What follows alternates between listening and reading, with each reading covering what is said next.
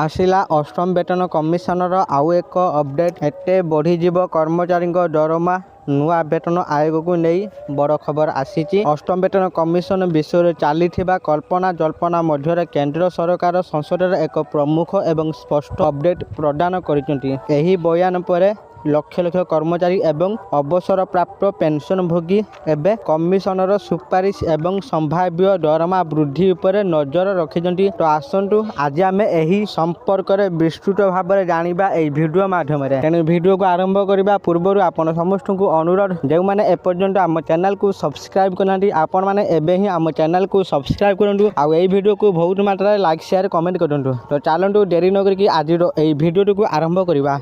लक्ष लक्ष केंद्र सरकारी कर्मचारी एवं पेंशन भोगी बहु प्रतीक्षित खबर एवं स्पष्ट होबार लगी। सरकार अष्टम केंद्रीय वेतन कमिशन संपर्क में संसद में एक प्रमुख एवं गुरुत्वपूर्ण अपडेट प्रदान कर सूचित करे जे केंद्र सरकारी कर्मचारी दरमा भत्ता एवं पेंशन संशोधन प्रक्रिया आनुष्ठानिक भाव में आगू को बढ़ी। मंगलवार दिन राज्यसभा सरकार स्पष्ट करथिले जे अष्टम वेतन कमिशन गठन हो सारी। राज्यसभा सांसद जावेद अली खान का एक प्रश्नर लिखित उत्तर में अर्थ राष्ट्रमंत्री पंकज चौधरी कही जे सरकार 3 नवेम्बर 2025 अष्टम केंद्रीय वेतन कमिशन गठन एवं यार शर्तावली संपर्क में सूचना देते। यार अर्थ होउची कमिशन आउ कागज पत्र सीमित नुहे बरं एबे यार कार्य आगू को बढ़ुची। 18 मास मध्य सुपारिश आसीब। सरकार यह घोषणा करिसेंति जे अष्टम वेतन कमिशन गठन होबार 18 मास मध्य यार सुपारिश दाखल करवा। यार अर्थ होउची केंद्र सरकारी कर्मचारी एवं पेंशन भोगी मानकु आहुरी टिके अपेक्षा करने को पड़ो। कमिशन को केंद्र सरकारी कर्मचारी दरमा गठन भत्ता पेंशन एवं अन्य समस्त संपर्कित दिगगुड़िकर समीक्षा करने एवं सुपारिश करने दायित्व दि जाए। सुपारिश गुड़िक कार्यकारी होगा पर दरमा एवं पेंशन रे परिवर्तन संभव जहाँ लक्ष लक्ष परिवार को प्रभावित कर। पेंशन भोगी प्रति सरकार दृष्टिकोण पेंशन संपर्कित प्रश्नर उत्तर दे सरकार स्पष्ट कर अवसर तारीख आधार में पेंशन भोगी प्रति कौन प्रकार भेदभाव कर।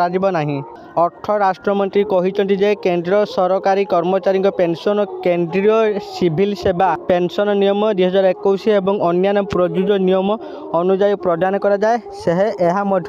कही आर्थिक आईन 2025 विद्यमान पेंशन नियम को वैध कर सिविल किंबा प्रतिलक्षा पेंशन रे कौन परिवर्तन करे नहीं। कमिशन काम आरंभ पूर्व सरकार घोषणा करथिले अष्टम वेतन कमिशन एक कार्यकाल प्रतिष्ठा करा जायछि। आयोगर कार्य नुआ नियुक्ति प्रक्रिया आरंभ होइछि। यही पदक्षेप गुड़िक स्पष्ट भाव में सूचाई देउछि जे अष्टम वेतन कमिशन एबे पूर्ण कार्यक्रम होगा आड़ को गति करुच्ची। आशा करुच्ची आपण मानकु आज भिडियोटी निश्चित भाव में भल लगी आपण मैंने भिडियो देखि सबकि बुझी जाइए यही नुआ अपडेट विषय। जदि आपण मानकु भिडियोटी भल लगी थाए दयाकोरी ये भिडियो को बहुत मात्रा लाइक शेयर और कमेंट करूँ। आ जो मैंने एपर्यंत आम चैनल को सब्सक्राइब करना आपण मानकु अनुरोध आपण मैंने एबे ही आम चैनल को सब्सक्राइब करूँ। आज ये फोन देखा आउ एक नुआ भिडियो से पर्यंत मु दीपू आपण मान विदाय नौची। रोहुची धन्यवाद।